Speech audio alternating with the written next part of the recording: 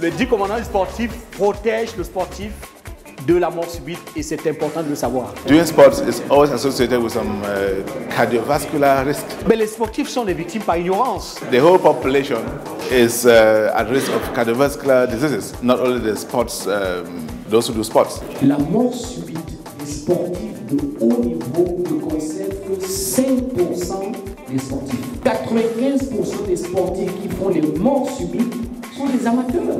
I once saw a video, I think it was somewhere, it was a marriage, maybe it was in Belgium or so.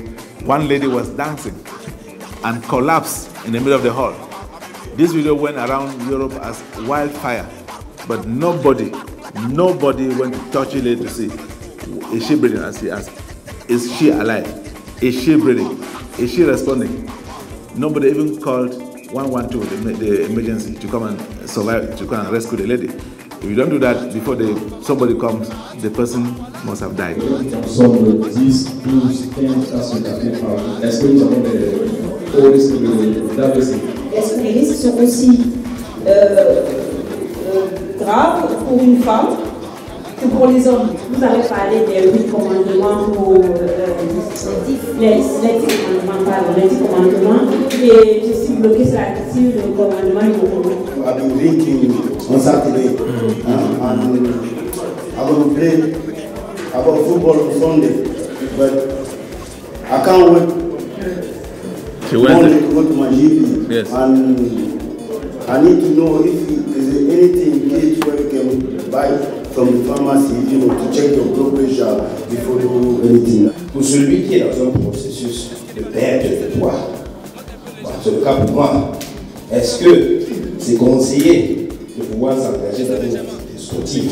Quelles sont les méthodes de prévention pour les personnes de cette tranche d'âge? J'aimerais savoir si pratiquer les rapports sexuels fait partie du sport. Est-ce que faire l'amour, c'est faire du sport? There are many things that contribute to cardiovascular risk, and our feeding is one of the most important factors. Pour sauver, comprenez-le, il y a ce qu'on appelle la chaîne de survie.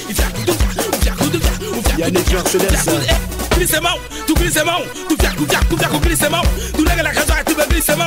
Aí verso socorro.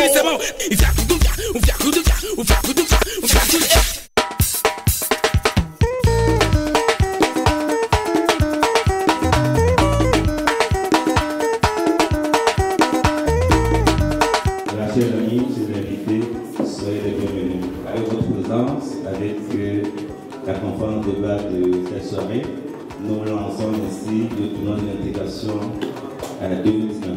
Merci d'être venu. C'est un immense plaisir de vous voir aussi nombreux. Selon le rapport de l'Organisation mondiale de la santé, dressé depuis 2012, 17,5 millions de personnes sont mortes, soit 30% de l'ensemble des décès à l'échelle mondiale. Ceci faisant donc des maladies cardiovasculaires en abrégé MCV, la première cause de mortalité dans le monde. Les MCV sont des maladies regroupant certains nombres de troubles affectant le cœur et les vaisseaux sanguins. La plus fréquente parmi ces maladies est l'AVC, qui est un arrêt brutal de la circulation sanguine dans une ou plusieurs parties du cerveau. La rapidité de prise en charge est très essentielle. Parmi les symptômes les plus courants des AVC, l'on peut démontrer une sensation de faiblesse et bien d'autres. Qui ne se souvient donc pas de cet événement tragique qui a plongé le monde entier dans un émoi incommensurable lorsque l'international joueur Marc-Vivien Foé s'écroule en plein stade et pour cause un accident cardiaque. Ceci nous plonge donc dans le vif de cette conférence qui porte sur les risques cardiovasculaires dans le sport, causes, réactions et conséquences. Avec moi, deux experts en la matière. Je vais d'abord commencer à ma gauche, le docteur Sabi. Good afternoon, everybody. My name is Dr. Sabi Titus. Most of you know me, especially those who are from Flambeau, because I used to play with Flambeau some 2 years ago, Sunday mornings. I work in Spandau, Wald Krankenhaus, where I'm a senior consultant, and also in Martin Luther Krankenhaus in Charlottenburg. Additionally, since last year, I have my own practice of cardiology and pediatric cardiology, and also work as a pediatrician in Falkensee. Et enfin, le deuxième, le docteur Gekap Armand, qui est médecin urgentiste et médecin de sport. Actuellement en service en France au centre hospitalier de Soissons. Nous allons d'abord donner la parole au docteur Sali qui va nous étaler les causes de cette maladie et après nous reviendrons pour les réactions avec le docteur Gekap. So today we are going to talk about cardiovascular risk in sports, something which is very important, and not only important in sports but in our day-to-day life, because cardiovascular problems do not only concern people who do sports. The whole population can be affected, but if you do sports, your risk is somehow reduced. And there are many factors, some of which we all know, some we might not know because we are not of the field. So I will start by the factors that we all know. For example, the first factor that I will mention is high blood pressure, hypertension, l'hypertension arterielle. Hypertension, high blood pressure is very, very important factor, and that is a point that you don't notice until you collapse. You don't notice until you go and get checked. So we may be doing sports every day, we might be looking healthy, and equally have high blood pressure without knowing. So to take care of this point, one needs to regularly go to the doctor to just check the blood pressure and see if it is normal. If it's not normal, one can always try to do something. First thing, high blood pressure. With the high blood pressure, the fact is, when the blood pressure is too high, our heart and the blood vessels is always working under too much stress. And this too much stress contributes to the formation of plaques, which can constrict blood vessels, causing heart infarction or brain infarction. Next point is obesity. Obesity means overweight, something we also call adipositas. With overweight, there is mostly too much fat in our system. So these fats are also being stored not only in the tissues that we see, but also in the blood vessels. Because of this, blood cannot flow well. So the blood vessels are constricted, they get smaller. Sometimes they even get closer, and until they get close, that blood doesn't go through again. And when this happens, the area behind the constriction doesn't get blood. If it happens in the heart, this area of the heart dies. We call it heart infarction. If it happens in the brain, the area behind the constriction doesn't get blood, so this area dies too. I will also call it apoplex or accident cardiovascular AVC. So these things can always happen if we have too much fat in our bodies. So trying to reduce obesity is one point. The next thing is diabetes. And you know, all these cardiovascular risks are highly associated to each other. There is none that is going alone. Because if we have too much fat in our body, if we have overweight, mostly have blood sugar too, which is a big problem, diabetes. Because the high blood sugar is being converted to fat in our system and stored also, like the normal fatty tissues, sometimes in the blood vessels, and that can cause the same constriction. And it also contributes to plaque formation, these plaques that constrict blood vessels and cause heart infarction or brain infarction. Another point is smoking. Smoking contributes very highly to cardiovascular risk because it goes with the same chain, formation of plaques, closure of blood vessels, and infarction. Other factors include environmental factors.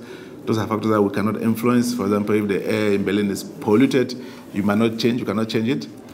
And those are factors that we best know. There are some other factors that we don't know, like the common man. For example, genetical factors. Sometimes we inherit some of those risks from our parents. So you can see somebody who is very slim, does sports, but also has a cardiovascular problem, or heart infarction, or AVC, or a brain anapoplex. So sometimes is genetical. Some other cases, you have heart problems that are structural. That means in the course of our life, from childhood to adulthood, our heart develops in a way that might influence the cardiovascular risk. Because the heart works every day, the heart muscle can get bigger and bigger, and that can cause something we call in medicine hypertrophic heart. So the heart is too big. That happens very often too with people who do sports in their young ages and who sometimes when they're older they stop to do sports. Because when we do sports, our heart functions very well. The heart is able to pump so much blood in a second that the heart doesn't need to beat fast. So if you measure your pulse, it's going to be just maybe 50 to 60 because the heart is able to pump so much volume of blood so that the whole body is supplied with blood just with one pump. As such, as I said, the heart rate is slow. So you have just pulse of 50, sometimes even below 50. That's what they call the heart of people who do sports. Very effective, high volume, slowly, but great volume. So if you don't do sports when you are older, this heart that was used to pumping blood slowly but with a level of effectiveness doesn't work again like that. So the heart becomes somehow hypertrophic, and because you don't do sport, the heart has to be pumping faster, so it causes a lot of problems. So the heart is not able to function the way it used to function before. So in such case, you can easily have heart infarction. So it is also advisable that if you do sports at your young age, when you get older, you don't just stop doing sports. So you better join the veterans of Flambeau, so you do it slowly and so the heart keeps functioning, as you can fall in this category of hypertrophic heart. Some other cases might be congenital heart disease. Some people are born with heart problems and the heart has a hole somewhere. If you have chest pain, they can check in echography and see that your heart is normal or it's not normal. So that's a question. And some other things that we don't know is the electrical activity of the heart, which can have abnormalities, even if you are looking healthy, looking slim, doing sports. So that's something you can only detect if you do an ECG and you see that there are some things that are not normal. In that case, you can intervene. The good thing is all these cardiac problems can be solved. There can be appropriate intervention to avoid cardiac arrest, which can also lead to cardiac death. So I think there are other things that are being fall under the category of acquired heart problems. For example, infection of the heart muscle, so the so-called myocarditis or myocarditis. Means inflammation of the heart muscle, and it can also cause sudden cardiac death or cardiac arrest. And sometimes we also have things like trauma, commotio cordis. During sports or accident, you can have a hard hit on your chest that can also cause a cardiac arrest or cardiac death. And we'll have things like toxic causes. Some people take drugs to be faster or to be more effective in sports. Those drugs too can also cause heart disease and can lead to cardiac arrest and also cardiac death. Because there are two things you have to differentiate: cardiac arrest and cardiac death. Because on the field of sports, if you have cardiac arrest and your colleagues intervene very fast, you can survive the arrest and there's no cardiac death. If they don't do anything, they always sit and watch, you can have the cardiac death, which is not reversible. Then one other thing which is not so less important is the environment. If you do sports in Germany in winter and it's too cold, it can also affect your system. If it's too hot, it can also affect your system. So you have to try to maintain some normal temperature while doing sports. Vous avez bien suivi la présentation de mon confrère. Vous avez très bien compris que nous vivons tous avec ces risques cardiovasculaires. Donc, quelle sera la conséquence du fait que nous vivons avec ces risques cardiovasculaires? La conséquence sera que ces risques-là vont impacter notre cœur. Et c'est pour ça qu'intervient quelque chose qui est fondamental, qui est la prévention. Nous devons savoir détecter et dépister rapidement ces risques, parce que si nous ne le faisons pas, les conséquences sont immédiates. Ce sera le malaise du sportif. On peut avoir la chance que ce soit un malaise simple, mais dans la majorité des cas, c'est des malaises graves, à savoir un malaise associé à ce arrêt du cœur que nous avons excessivement sollicité. D'où la mort subite sportive que vous connaissez. Il y avait Marc Vieux-Fouet, mais il y a eu Patrick Kekeng. Et nous, à Paris, on a été frappés par Patou Manga, qui a fait une mort subite sportive et qui faisait le 2-0. Alors, comment faire pour détecter ce risque? Cela intervient vraiment à la prévention. Et là, malheureusement, nous, sportifs, nous sommes souvent ignorants. Nous sommes ignorants de cette prévention-là.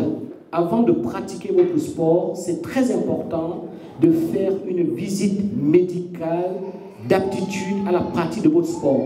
Cette visite médicale aura pour but de savoir si vous êtes à risque d'un événement cardiovasculaire, si vous êtes à risque d'une maladie cardiovasculaire. Cette visite va donc dépister les facteurs de risque de maladie cardiovasculaire que mon confrère a évoqué tout à l'heure. Il va aussi dépister si vous êtes à risque, parce que dans votre entourage familial, il y a des personnes qui ont eu des antécédents de maladies cardiovasculaires, des antécédents de mort subite lors de la pratique du sport ou de mort subite tout simplement. Quelqu'un qui est retrouvé mort dans son lit sans explication, c'est une mort subite inexpliquée et parfois c'est une mort cardiovasculaire et il peut avoir dans cette famille-là un gène qui est à l'origine de maladies cardiaques congénitales qui sont ignorées, qui sont aussi un facteur de risque non négligeable de ces maladies cardiovasculaires-là. La deuxième chose dans cette prévention-là, c'est les alertes. Beaucoup de sportifs n'écoutent pas les alertes parce que notre organisme, il est très bien conçu par le bon Dieu. Très souvent, quand il est défaillant, il nous envoie des signaux. Il nous envoie des signaux, il nous envoie des alertes rouges. Ça peut être une douleur thoracique que vous ressentez. Sportif, quand vous avez une douleur thoracique, il faut arrêter immédiatement la pratique de votre sport et aller consulter. Ce n'est pas normal d'avoir une douleur thoracique lorsqu'on pratique son sport. C'est une douleur fortement suspecte d'être une douleur d'origine cardiaque. Et si on ne fait rien, elle peut déboucher sur une crise cardiaque, elle peut déboucher sur un malaise cardiaque, elle peut déboucher sur un arrêt cardiaque. Si vous avez une palpitation, vous sentez votre cœur qui bat de façon intense, très forte, comme si on vous donnait des coups de marteau dans la poitrine, ce n'est pas normal. C'est des sensations de palpitation qui sont des alertes de votre organisme, des alertes de votre cœur. Il faut savoir écouter son cœur, il faut savoir écouter son corps. Quand vous avez une sensation d'essoufflement anormal, vous avez l'habitude de faire votre sport, vous savez comment vous récupérer, mais là vous êtes tellement essoufflé que vous n'arrivez même pas à parler et ça arrive de façon inattendue, c'est pas normal. Cette sensation d'essoufflement normal est également une alerte. Et puis quand vous avez tout simplement une sensation de malaise lorsque vous faites votre sport, il faut arrêter. Toute sensation bizarre que vous sentez dans la poitrine lorsque vous pratiquez le sport, c'est pas normal. Il faut absolument arrêter votre sport, ça c'est la première chose. Et puis bien évidemment, il faut consulter pour savoir quelle est toute la cause. Et puis le troisième élément que je voudrais évoquer, ça rentre un tout petit peu dans ce que moi j'appelle un tout petit peu la prévention institutionnelle, à savoir que nous devons être formés en masse. Et ça aussi, ça dépend de nous tous, à la connaissance, à la reconnaissance de l'arrêt cardiaque. Parce que si un sportif fait quand même le sport, il n'a pas passé sa visite médicale, il n'a pas écouté les alertes et qu'il fait un malaise, nous qui sommes présents devons savoir reconnaître l'arrêt cardiaque du sportif. Merci. À présent, nous allons passer aux conséquences de cette maladie. Et le docteur Sabi va nous parler des conséquences. Et ensuite, nous allons passer à la phase pratique. Thank you again for the microphone. All this theory cannot be important if we don't go out of this hall with a take-home message. So I think the most important thing now for us is, what do we take home from all this discussion? When you go home, you have to think of the next coming days to check your blood pressure, because we have values that are normal. If you have a blood pressure of 130 to 80, it's fine. Anything above 140 is not good, so you need to do something.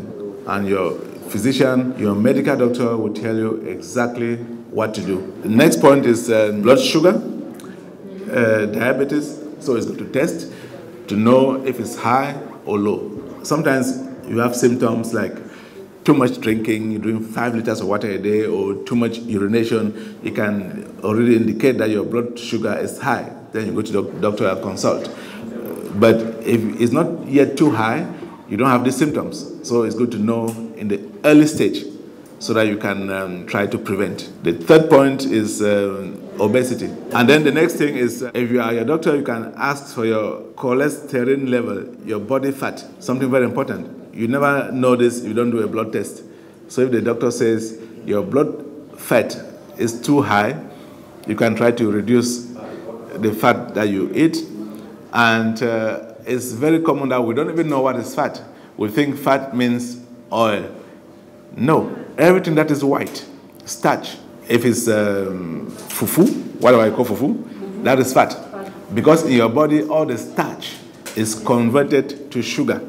If you can remember some biology, you know, all what we eat as starch is just a form of sugar. So if you eat grease, arrow is, arrow is just the bylager. Arrow alone is more of roughage. It's not bad, but the fufu that you eat with the arrow is the problem. That white stuff is converted in your body to sugar, and this sugar is converted to fat, and this fat is stored in your body and also in the blood vessels. So, as I said earlier to Mr. Apollo, we are what we eat. Le 10 commandements du sportif protège le sportif de la mort subite et c'est important de le savoir. L'hypertendu s'ignore, le diabétique s'ignore. Donc parmi vous 10 là, il y a un qui est diabétique. Et si vous ne connaissez aucun de qui est diabétique, sachez que c'est vous qui êtes diabétique. Sauf si vous avez fait un test de dépistage avant. Si vous n'avez pas fait un test de dépistage, c'est peut-être vous. Donc allez faire le test. C'est pour ça que la visite médicale permet effectivement de dépister ces facteurs de risque et savoir si vous êtes à risque ou pas et vous donner le bon conseil. C'est le premier commandement. Le deuxième commandement, c'est les signes d'alerte. Il faut connaître les signes d'alerte. Le troisième commandement du sportif, je l'ai mis dans l'activité physique.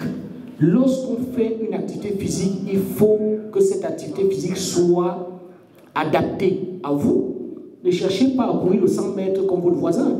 Vous n'êtes pas là pour ça, sauf si vous êtes dans une activité physique de compétition. Donc ça doit être régulier, ça doit être adapté et ça doit être modéré. Et puis le quatrième commandement, c'est l'échauffement. Ne demandez pas à ce cœur qui battait gentiment à 60-70 cycles par minute à commencer à aller à 120, 130 sans qu'il ait eu le temps de monter progressivement en température à 70, à 80, non, il faut faire un échauffement au départ. 10 minutes avant de pratiquer un échauffement de 10 minutes, c'est toujours très important. Le cinquième commandement, c'est l'épuisement. Ne faites pas votre sport jusqu'à l'épuisement, à l'extrême. Et puis le sixième commandement, le tabagisme. Évitez de fumer 1 heure avant la pratique de sport, arrêtez de fumer. Et s'il vous plaît, quand vous avez fini de fumer, je sais qu'il y a toujours le 3-0, la troisième mi-temps, je ne sais pas comment vous l'appelez maintenant, et les gens se mettent à boire, à fumer, à manger de façon machin truc. C'est pas bon. Attendez pour fumer 2 heures pour les fumeurs. Le septième commandement, ça va être le dopage. Des gens qui prennent des boissons énergisantes pour se donner. Ils passent toute la nuit en boîte de nuit. Il rentre chez lui à 6 h du matin et à 9 h, il va pratiquer son sport, mais comme il est fatigué, il dit « Ah, il faut que je prenne une boisson énergisante, là, ça va me doper. » C'est des boissons qui sont très riches en caféine, très riches en caféine, ou bien il va se mettre à boire des tonnes de café pour être en forme. Très bien, mais vous êtes en train de prouver une défense de votre corps. Et puis le huitième commandement, vous avez les conditions dans lesquelles vous pratiquez votre sport. Quand vous êtes à des températures de inférieures à -5 degrés, évitez de pratiquer votre sport. Évitez-le. Pareil, quand vous êtes à des températures qui sont supérieures à 30 degrés, évitez aussi. La fièvre, arrêtez de pratiquer le sport lorsqu'on est malade. Je crois qu'il y avait toute une polémique quand Marvin Fouetté mort en disant oui, mais il avait la diarrhée la veille, il n'aurait pas dû jouer parce qu'il avait la diarrhée. Non, si vous êtes malade, vous avez déjà un organisme qui est fragile. N'allez pas soumettre cet organisme à des contraintes importantes alors que vous avez déjà un organisme qui est très très fragile. Donc ça, c'est des choses qui sont très importantes. Et puis le 10e commandement, c'est l'hydratation. Il faut s'hydrater avant l'effort, il faut s'hydrater pendant l'effort et il faut s'hydrater après l'effort.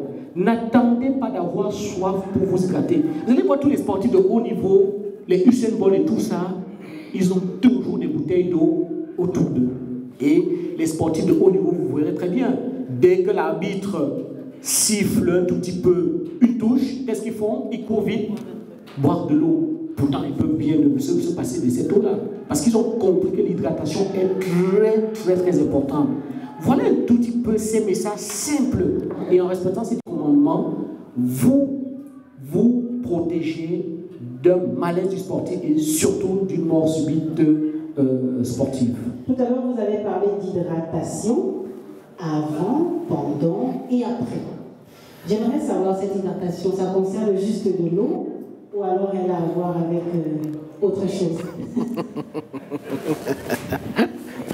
Mais c'est une très bonne question parce que quand on parle d'hydratation, je connais certains qui s'hydratent avec la vodka.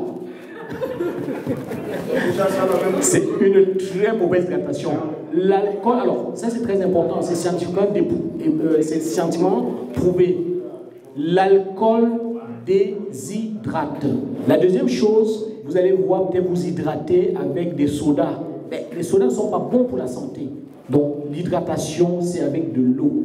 J'aimerais savoir quelle quantité d'eau on peut prendre avant, quelle quantité doit-on prendre pendant l'exercice du sport, bien au cours du match, quelle quantité, peut-être aussi à la fin. En fait, l'organisme a un système de thermorégulation.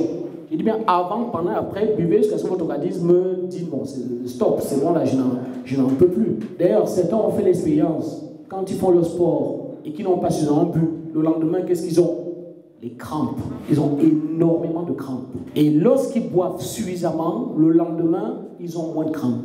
Ou ils n'en ont pas du tout. Je voudrais savoir, est-ce que la consommation excessive de café vous expose au risque d'AVC? Coffee is not counterproductive.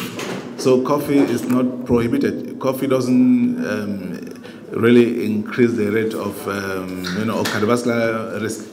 Because coffee is even a medication that is used in children who have problems with breathing or respiration to let them get more awake so that they can breathe well. So I don't think coffee is a big problem. If you know that you're going to play tomorrow, you better go to bed early enough, have a sound sleep, so you get the next day you are fit for sports.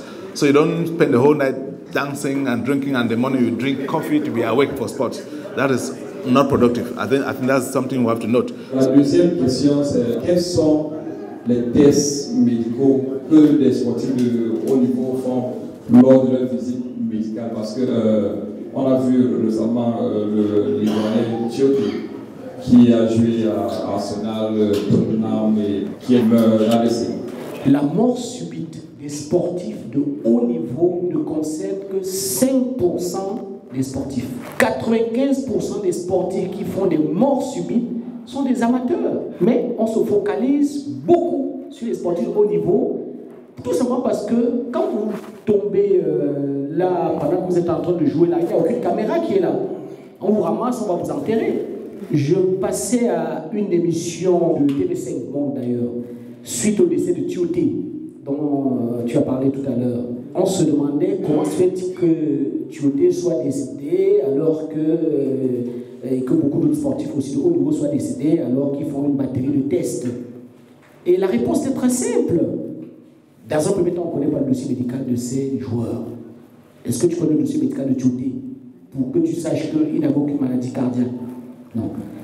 La deuxième réponse, c'est qu'on a des sportifs qui ont joué à un haut niveau, un très haut niveau, qui un jour on a découvert une pathologie cardiaque. Cette pathologie cardiaque n'est pas née comme ça lorsqu'il prenait l'avion pour aller d'un point à l'autre. Je parle notamment de Thuram que je connais très bien, avec qui j'ai discuté de ce problème-là. Thuram a joué en 98, il est champion du monde en 98. Il a joué au Barça. Et c'est quand il vient faire un test au Paris Saint-Germain qu'on lui détecte une maladie cardiaque. Mais on aurait pu le détecter déjà bien avant parce que Thuram a dans sa famille un frère qui a eu un problème cardiaque. Si mes mes souvenirs sont vraiment exacts, je pense même que c'est un problème cardiaque sévère, quoi. On aurait déjà pu détecter parce que rien que par cette information-là, il était à risque. Ça suffit qu'il faut pas seulement faire un test aujourd'hui et on refait un autre, je ne sais pas dans combien de temps. Un sportif, il entre dans un club aujourd'hui et puis par la suite, il a une visite médicale lorsqu'il entre dans ce club-là. Il va rester dans ce club 5 ans, 6 ans, 7 ans. S'il ne fait pas attention, si on ne renouvelle pas les tests, on peut passer à côté d'une maladie cardiaque congénitale sous-jacente qui va s'aggraver au fil du temps. Elle est non détectable dans un premier temps, mais avec le temps, elle va s'aggraver. Et si on n'a pas renouvelé les tests de façon sérieuse, alors on se passer à côté. C'est pour ça que la majorité de ces gens-là, on leur découvre ces pathologies-là souvent lors des transferts.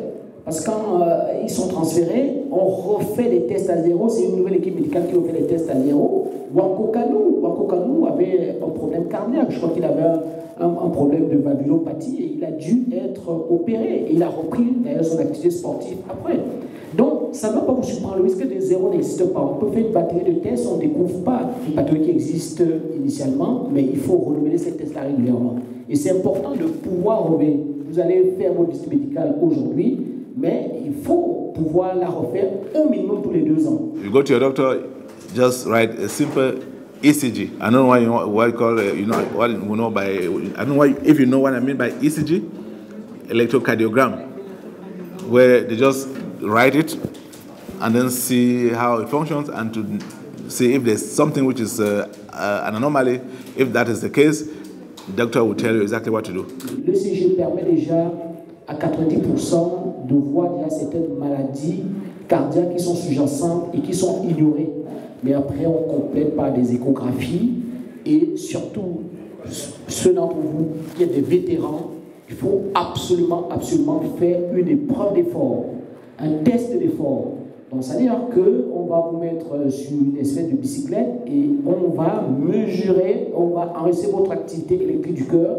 Et si ce cœur souffre, parce que souvent les vétérans qui ont plus de 35 ans là, ils ont plutôt des coronaropathies, ils ont les artères du cœur qui sont encrassées par la force de l'âge, encrassées peut-être par les facteurs de risque dont on a parlé tout à l'heure, le diabète, l'hypertension qu'ils ignorent, vont encrasser un tout petit peu ces artères du cœur qui vont se fermer.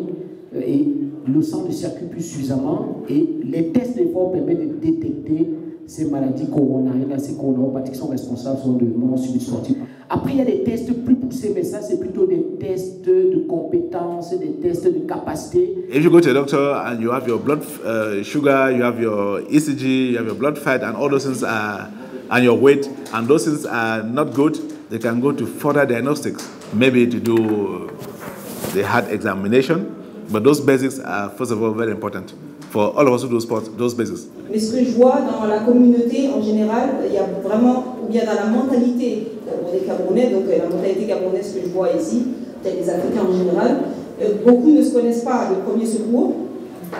Effectivement, quand il y a des choses comme il y a quelqu'un qui tombe, tout le monde saute autour, on fait des tours, on fait des prières, on dit plein de choses comme ça, mais personne n'a besoin de l'aide, c'est plutôt ça. Tout le monde crie dans tous les sens. Ma première question, c'est les symptômes dont vous parlez. Est-ce que ça concerne les risques qui sont aussi graves pour une femme que pour les hommes? Elles ont une activité sportive adaptée, régulière, modérée. Les femmes pratiquent ainsi. Les hommes, non. Ils ont bu la bière la veille, ils sont couchés à 6 h du matin parce que c'est en boîte de nuit, et à 9 h, parce qu'il faut retrouver les potes, et parfois il faut fuir leur femme aussi à la maison, ils se retrouvent sur un terrain de football et commencent à courir pour aller marquer le but qui va faire de une star. La star du jour. Et il court le 100 mètres en 5 secondes jusqu'à ce qu'il s'écroule.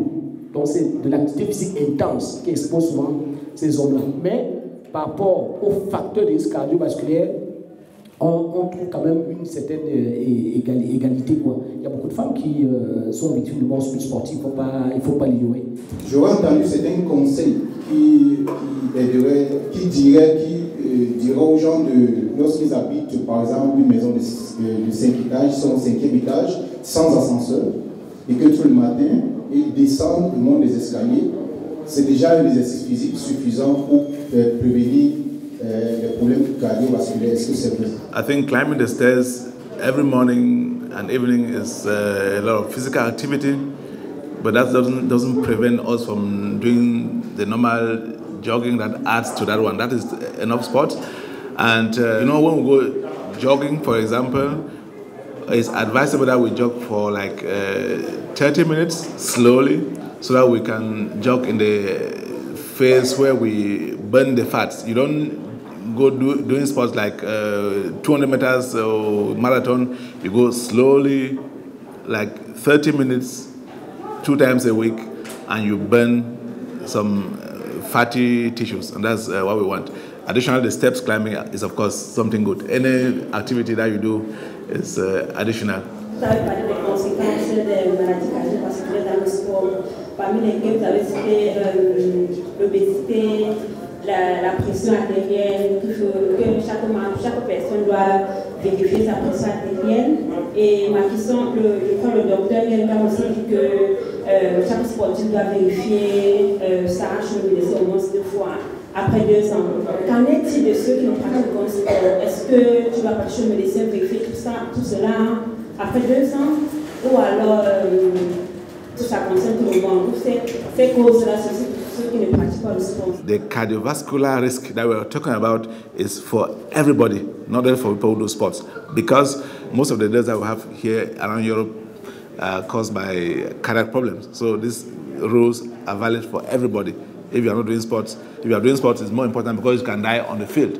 If you are not doing sports, you have to take care because you can also collapse and die at home. I talked about the lady who was in a big party, I think it was Belgium, they were dancing, it was a marriage or so, and she collapsed and died. Nobody did anything, everybody was just observing and nobody did anything. So maybe she had some cardiovascular risk factors and nobody took care of that. So I think it's, and if you have time to go to your doctor, every 6 months is better. He said 2 years because I know some of us who don't go there in the next 5 years. So 2 years is better than not just going. So if you can go every 6 months, it's of course better. Vous avez parlé des commandements. Je suis bloqué sur le commandement numéro 8. Il s'agissait par exemple des conditions de pratique du sport. Qu'il y a des conditions dans lesquelles il faut pratiquer le sport en moins de 5 degrés ou à plus de 30 degrés. Et là, c'est des questions de vasodilatation et vasoconstriction. Je n'arrive pas vraiment à bien comprendre. Est-ce que vous pouvez vous m'aider là-dessus? En fait, c'est un commandement qui concerne les conditions climatiques. Je crois que j'ai utilisé des termes que vous n'avez pas compris parce que j'ai parlé d'un moment de vasoconstriction et à un moment j'ai parlé de vasodilatation. Mais bon, c'est la physiologie tout simplement. C'est-à-dire que lorsqu'on fait du sport, il faut le faire dans des conditions climatiques qui permettent notre organisme à s'adapter à l'effort. Et il y a des conditions climatiques extrêmes qui vont fragiliser notre organisme. Il va le fragiliser parce qu'il va soumettre notre organisme à une physiologie qui n'est pas, qu'elle ne pourra pas suivre. C'est le cas par exemple si vous faites du sport en temps de grand froid, moins 5 degrés, l'organisme va connaître ce qu'on appelle une vasoconstriction. Alors la vasoconstriction, c'est nos vaisseaux qui vont se fermer. Et vous comprenez très bien que quand on fait du sport, on a besoin d'avoir une capacité de nos vaisseaux qui puisse permettre une bonne circulation du sang. Et si nos vaisseaux se ferment, le sang circule moins bien. On suffoque. Donc même au niveau de la fonction respiratoire, on est en danger. Au niveau de la fonction cardiaque, on est dans cardiovasculaire, on est dans des vasodilatations extrêmes. Donc on est exposé à des risques cardiovasculaires, notamment des AVC. Vous voyez, quand il fait très très chaud, souvent on a beaucoup d'AVC hémorragiques, les vaisseaux qui explosent dans la tête et qui saignent, parce que la tension monte aussi. Vous allez voir que quand il fait très chaud, on a aussi des hypertensions qui s'aggravent. Quand j'ai créé ces commandements, j'ai essayé de réfléchir sur les contraintes auxquelles peut être soumis le sportif quand il fait son sport. Et j'ai analysé un peu la littérature et je me suis rendu compte que à chaque fois, il y a un de ces commandements-là qui n'a pas été respecté. Et c'est pour ça que j'ai dit quand j'aurais pu aller un peu plus loin. Mais les autres commandements que j'aurais mis étaient mineurs. Donc j'ai pu résumer en 10 commandements qui sont vraiment les commandements majeurs à respecter. Et lorsque le sportif respecte ces commandements-là, franchement, il se protège d'une mort subite ou d'un malaise du sportif. If I've been drinking on Saturday, I got football on Sunday, but I can't wait She went to go to my GP. Yes. I need to know if there's anything kit where you can buy from the pharmacy, to check your blood pressure before you do anything. That's my question. So what we advise is you can buy your blood pressure measurement apparatus from the pharmacy or even through eBay, and you have it at home. So you can measure your blood pressure at home even once a week. You can say, okay, I do my blood pressure every week or every second day, and so that I go over a period of some weeks to know where my blood pressure lies. So you can have this machine at home. It's not expensive.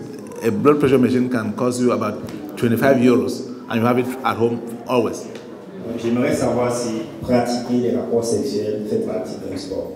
Parce que j'avais un grand au quartier, il faisait des rapports tout le temps.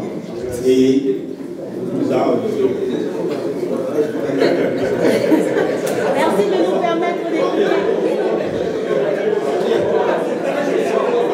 Et là, en pleine chaleur, quand on se réveille pour aller courir, il disait non, il faut essayer de faire la série. Je n'ai pas besoin de courir, mais je suis en forme. Il dit comment ça?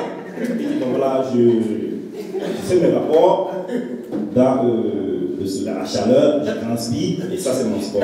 Et bon, jusqu'aujourd'hui, depuis près de 20 ans, il n'a jamais été malade.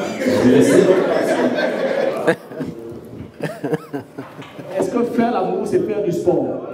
En matière de sport, il y a beaucoup de confusion. On pense que faire du sport, c'est toujours courir le marathon. Faire du sport, c'est toujours faire du sport. Non. Est-ce que faire l'amour, c'est faire du sport? Tout dépend du niveau de perte de calories. Parce que quand on fait du sport, c'est de l'activité physique et ça se résume en perte de calories. Bon, si vous faites l'amour et que vous perdez une calorie, votre niveau d'activité ne permet pas de dire que vous avez fait du sport. Mais si vous perdez suffisamment de calories, bon, tout dépend maintenant des performances des uns et des autres, effectivement, ça peut être considéré comme faisant du sport. Pour celui qui est dans un processus de perte de poids, c'est le cas pour moi, est-ce que c'est conseillé de pouvoir s'engager dans une activité sportive? Rice, potatoes, plantains, fufu, all those things that you eat, those massive things, grease, those are the things that add our weight. Because all that white stuff is converted to sugar. Sugar is converted to fat, and fat is stored in your body and in your vessels. So avoid fatty, white stuff, starch, point one. Point two, avoid eating a lot of calories after 5 p.m. If you eat some fatty foods in the morning or in the afternoon, you have time to digest to the evening, so you can easily break down this stuff into some calories or energy. And then you avoid drinking a lot of alcohol too in the evenings. And back to the question of fruits and vegetables. Fruits also contain sugar. So be careful. If you think you want to lose weight and you eat 3 apples at once and think you are eating fruits, you are not doing any good to yourself, because those apples are having sugar, and that sugar will be converted to fat. So what you want to eat is ero, ndole, spinach, all those things that have no sugar, they're not sweet. You want to eat vegetables, carrots, paprika, kohlrabi, gurke. Those are the things that you can fill your stomach with those things and you don't gain any weight, because those are vegetables, legume, not fruit. The fruits are also good, but not in mass, pas en masse. And then why doing all this stuff with the feeding of vegetables and less fat? You do jogging. When you go to sports, don't run like marathon runner. You do slow jogging, like 30 minutes, because we have the aerobic and the anaerobic energy production in our body. The anaerobic is the part that dissolves the fat. So if you jog slowly for like 45 minutes, after 10 minutes, you're already in the anaerobic phase, where the fats are being dissolved or being used to produce energy. So slow jogging for a long time is useful. Quand on a l'impression que ces vaisseaux sont obstrués, qu'est-ce qu'il faut faire? pour pouvoir peut-être s'en débarrasser. Est-ce que vous avez peut-être des nourritures, des fruits qu'il faut consommer pour pouvoir se sentir plus à l'aise? Parce que depuis le lycée, c'est que je n'étais pas trop résistant. Moi, mon bac, déjà, je n'ai pas voulu faire la course à la distance, c'est la vitesse. Bon. C'est la vitesse. Donc, comment est-ce qu'on peut faire pour accélérer bien pour améliorer le processus? Merci. If you do a lot of sports, that fat is going to be dissolved again. It's very slow, but it's irreversible. That some of these vessels that are closed can get open again. We do sports, these anaerobic sports, avoid more fats. The vessels can get open again. In extreme cases, we can then go to the next question about old people. Quand je suis un peu toutes les méthodes, c'est un peu, ça concerne un peu plus le physique, et ainsi de suite. Pour des personnes d'une certaine tranche d'âge, quelles sont les méthodes de prévention? J'aimerais bien savoir. You also do the same check: blood pressure, cholesterol, fat, sugars. But mostly, since they don't do a lot of sports again because they are old, we have to divert to medical options. There are medications that you can take to reduce your fat level, your cholesterol level. So while trying to eat healthy foods, you can also take some drugs that can reduce your cholesterol level. This one the doctor can tell you, but you call them the simvastatin medication is the option. Thank you.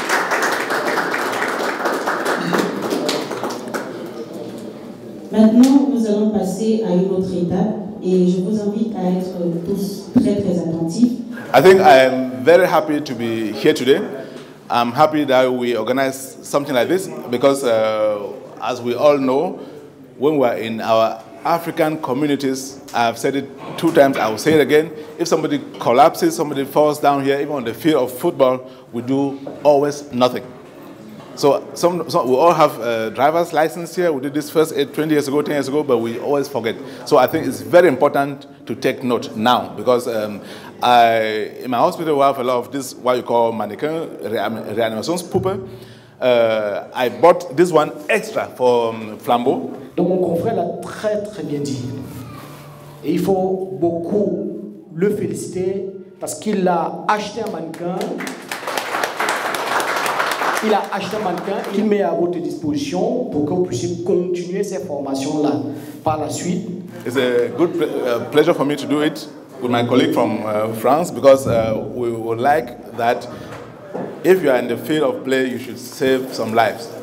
As she said, we have just a few minutes. Lorsqu'une personne fait un malaise et va peut-être tomber comme l'autre mannequin qui est là, la première chose fondamentale, pas de panique. C'est 3 minutes. Pendant les 3 minutes, l'oxygène qui circule dans notre sang permet cette autonomie du cerveau. Les lésions n'apparaissent pas. Si on agit dans ce délai de 3 minutes, on sauve correctement les personnes. Si on agit trop tard, dans un délai supérieur à ces 3 minutes, on peut récupérer une activité cardiaque, mais il y a déjà des lésions cérébrales. Le cerveau est touché, le cerveau atteint. Et comme ça, vous allez entendre parler des personnes en état de légumes. Whenever a colleague collapses on the field of play, you have just 2 minutes, 1 minute to react, or seconds even. Question 1, is he reacting? Il faut venir près de la personne, voir ce qui se passe. Il faut déjà appeler son nom. On va l'appeler Théodore. Théodore, Théodore. On va peut-être le stimuler, le pincer, le secouer. S'il ne réagit pas du tout, c'est qu'il est inconscient. Premier geste, appeler. And when you call the ambulance, you have to tell them where you are, what happened, and the exact address. So, ce Théodore qui est inconscient, il faut savoir s'il respire ou pas. Vous vous rendez compte qu'il ne respire pas. Il est en arrêt cardiaque.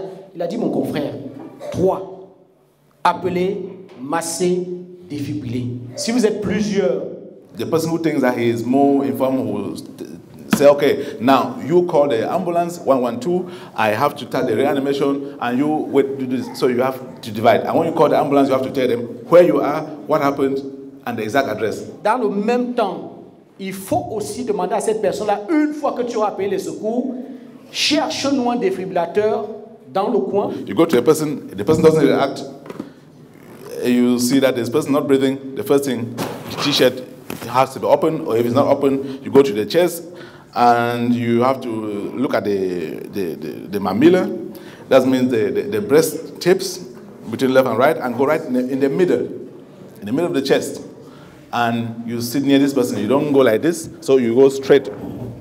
You are maybe kneeling down and going straight because you have to get the energy from up, and you start doing the compressor, the compression. And this should be, we say normally at least 1/3 of this diameter. Maybe 5 centimeters deep, because you are just doing like this, it doesn't help. So you have to go, for adults, around 5 centimeters deep. So like this, continuously. That's how deep you should go. And again, you have to try to get 100 compressions per minute. Si cette personne est couchée comme elle est, très important, il faut la retourner. Il faut la retourner, c'est important de la retourner et la mettre sur le dos. On dit décubitus dorsal en médecine, mais vous l'installez sur le dos, sur un plan dur. C'est-à-dire que s'il est dans un lit, vous le sortez du lit et vous le mettez par terre. Il faut qu'il y ait un plan dur. Il faut, quand vous massez, le massage doit être vraiment un contact entre la poitrine de la personne qui est dure et le plan dur qui est derrière, et c'est ça qui va écraser, ces deux plans durs-là qui vont écraser le cœur.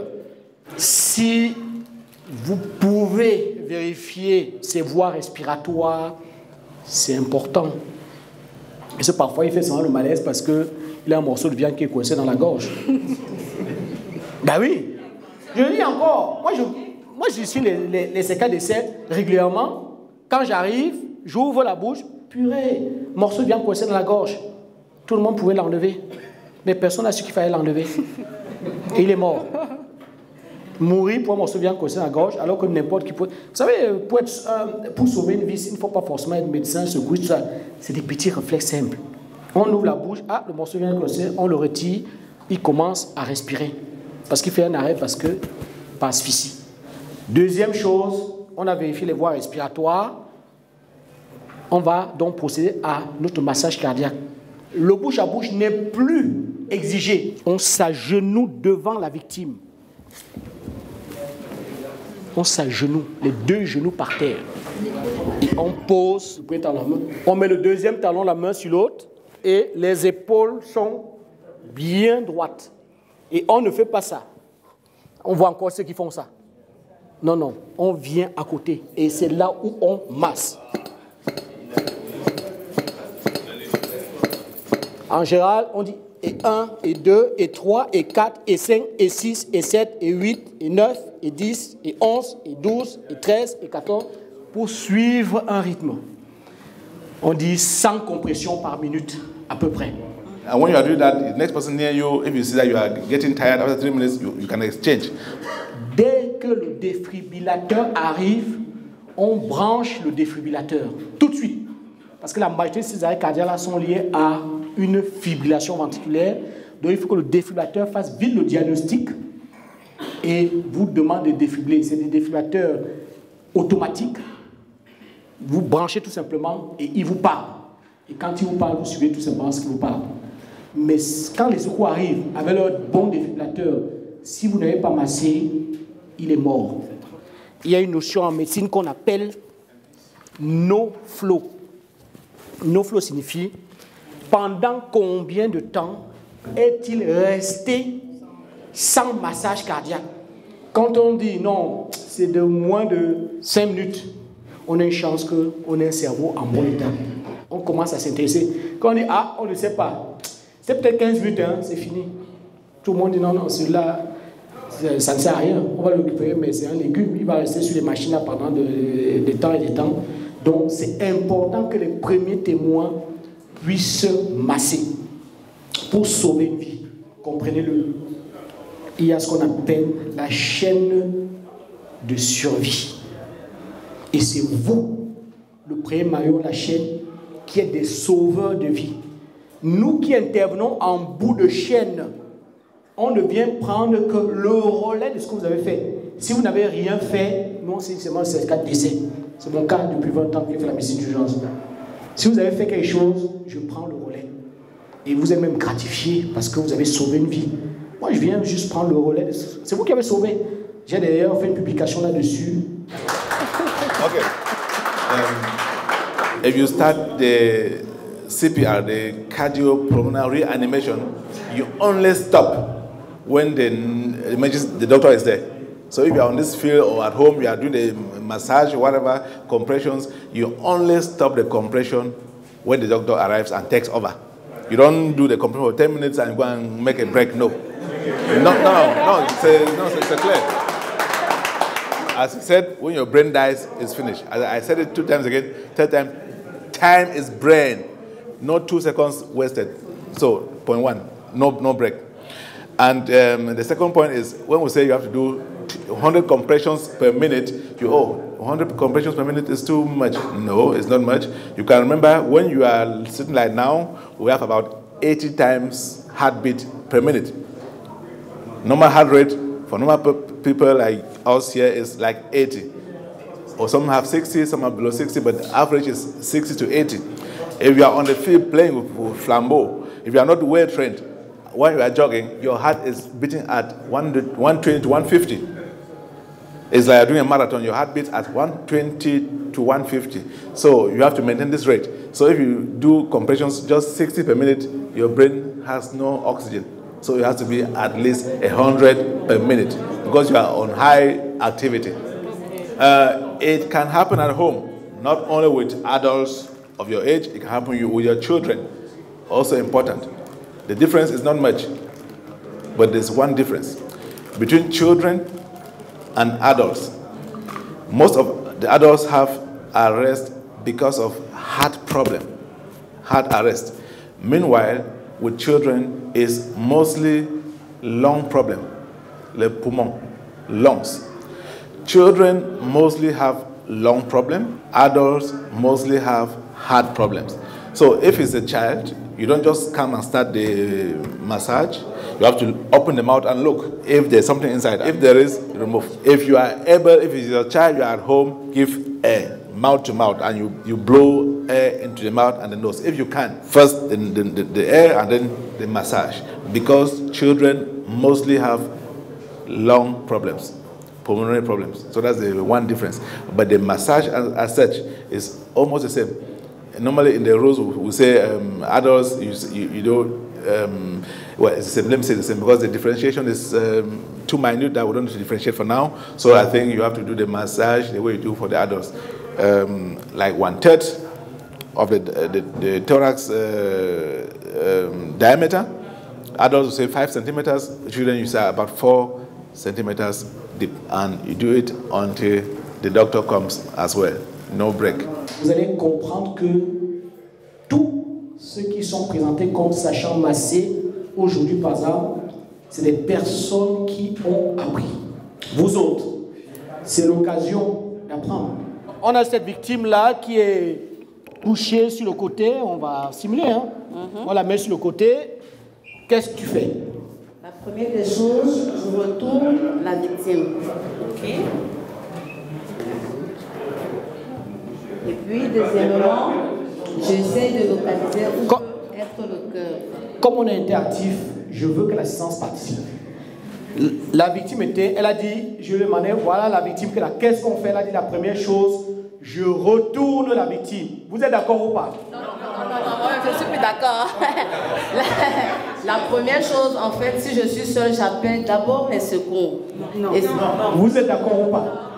Ouais, c'est pour ça que je dis, c'est très intéressant que quelqu'un vienne, parce que vous allez voir qu'entre le message qui va passer et le message qu'elle a perçu, dans un cas pratique, ça ne se passe jamais pareil.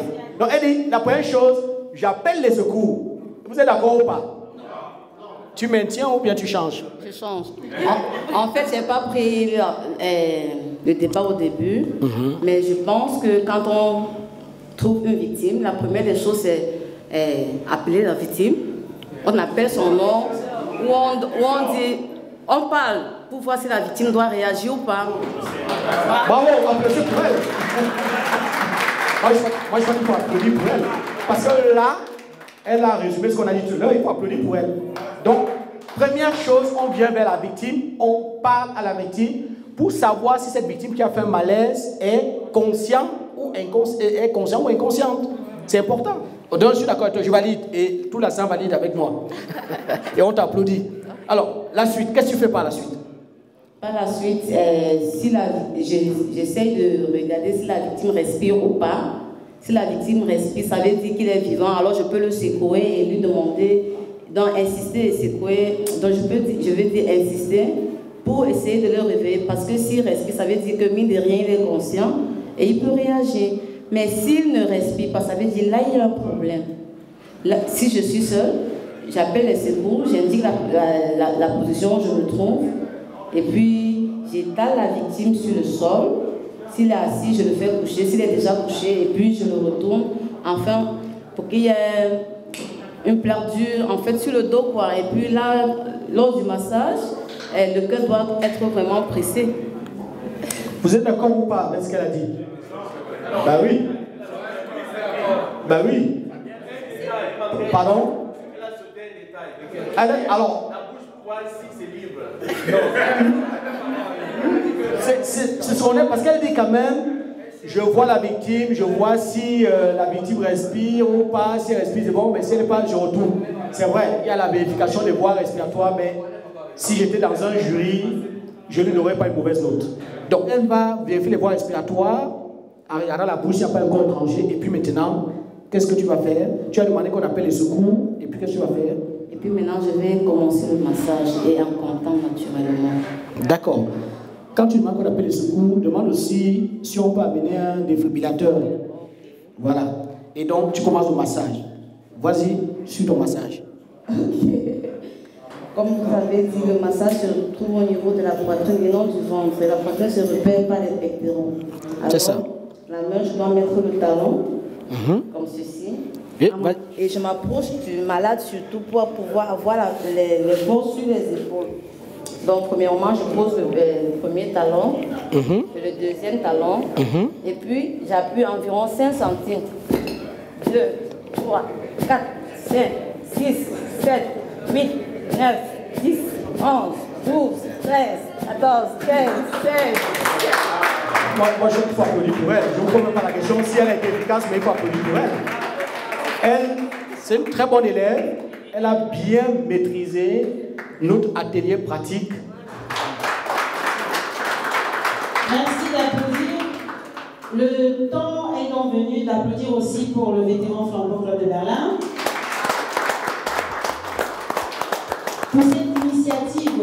Mais dans le domaine de la prévention, c'est surtout vraiment ECG, échographie, les tests d'effort qui sont recommandés. Mais avant tout ça, l'interrogatoire. Il ne faut pas négliger l'interrogatoire. Vous, là, quand vous sortirez de cette conférence, vous devez savoir si vous êtes à risque ou pas. Et si vous êtes à risque, si vous avez dans votre famille quelqu'un qui a déjà présenté une maladie pareille, vous êtes à risque. Et si vous avez dans votre famille quelqu'un qui a des facteurs de risque, on en a largement parlé, vous êtes aussi à risque d'avoir ce facteur de risque-là. So, if you are on the practical, on the field, for example, anybody who thinks that he is well informed has to take the lead and say, hey, if it's Apollo or if it's Alain, you say, okay, now I'm Alain, I will do the massage. You, Jean-Pierre or whoever, call 112, and you go to the road and wait for the emergency doctor. You look for the defi, and you have to do what we call division of labor. So everybody is active. Don't put your hands in your pocket and say, oh, le marabout, on frappe encore. Thank you. En matière d'arrêt cardiaque, on a toujours l'impression que ça ne concerne que les autres. Moi, c'est important de vous en parler. Si je tombe là maintenant, qui va me sauver? C'est vous qui allez me sauver. Si vous savez masser, vous allez me sauver. Si l'un de vous a compris ce message-là, qu'il faut appeler les secours pendant que l'un masse, aller chercher un défibrillateur, vous allez me sauver. Mais si vous ne connaissez pas ces notions-là et que moi, qui connais ces notions-là, tombe, c'est fini. Vous allez seulement pleurer que oh, le docteur Amar, il était ici, il était gentil, il était beau, il était ici, il est parti. La sorcellerie des gens est trop forte.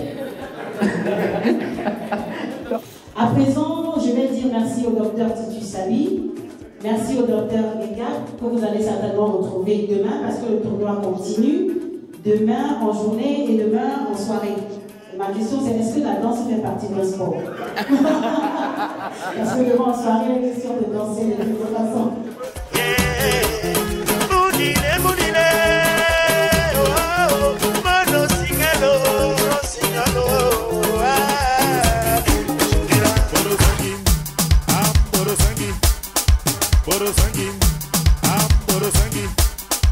Boro sanguin, boro sanguin, boro sanguin.